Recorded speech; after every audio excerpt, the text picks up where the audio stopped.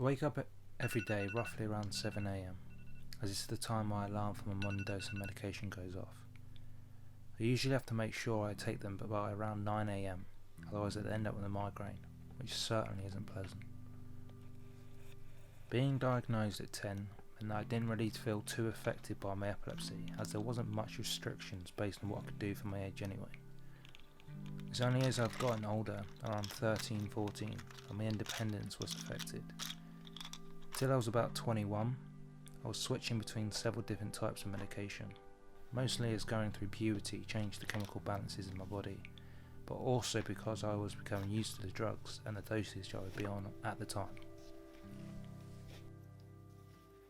I have had many side effects, from twitches similar to Tourette's, fatigue, increased anxiety, and anger.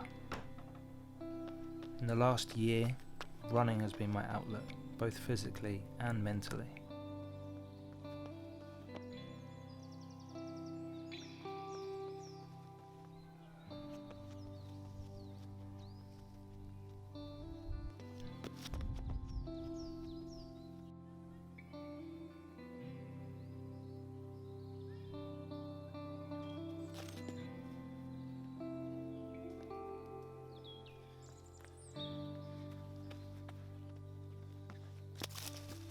I have worked with flashing cameras, at heights, and with machinery in the past doing an engineering course, as well as attending low light events such as gigs to create my videos and images. Even after I had already completed my engineering course at college and spent a year in North Wales working as an apprentice at an activity centre, I was only then told not to do these precise things. Doctors have often told me that I would never be able to work in the media industry due to spending long amounts of time in front of screens, that I would not be able to join the military, which was a dream I had for many years growing up, even after being diagnosed. I'm now regularly running distances from anything between 10 and 13 miles at a time, several times a week, depending on injury. I use my camera regularly, regardless of the lights, and have on many occasions taken part in others' photography too. I don't do this to defy professional advice, but quite simply because I know myself better than anyone else and I know my limits.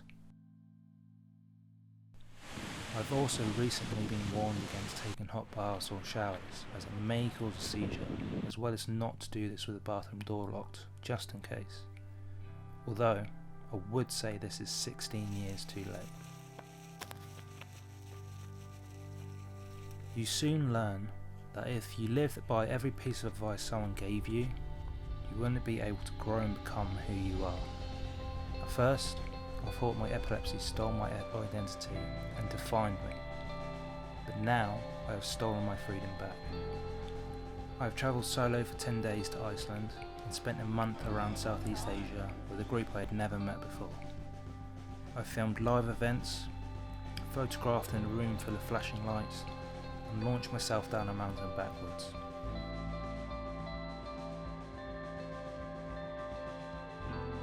People often ask me why I run so much. Quite often it has nothing to do with keeping fit, but more to do with keeping control of my mental state. Don't think it's always obvious to see, but living with epilepsy is as much about the mental and emotional side as it is about the seizures.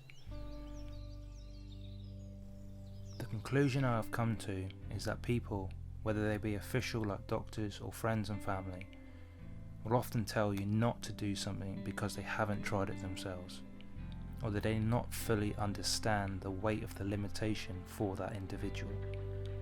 Technically, I would be classed as disabled or to have a disability, but by my own understanding, I'm only as disabled as much as I allow myself to be. The truth is, this is the life I have been dealt, and so this is what I work with. I once wrote myself a quote as a reminder. It reads, "Limitations like fears will remain as long as you believe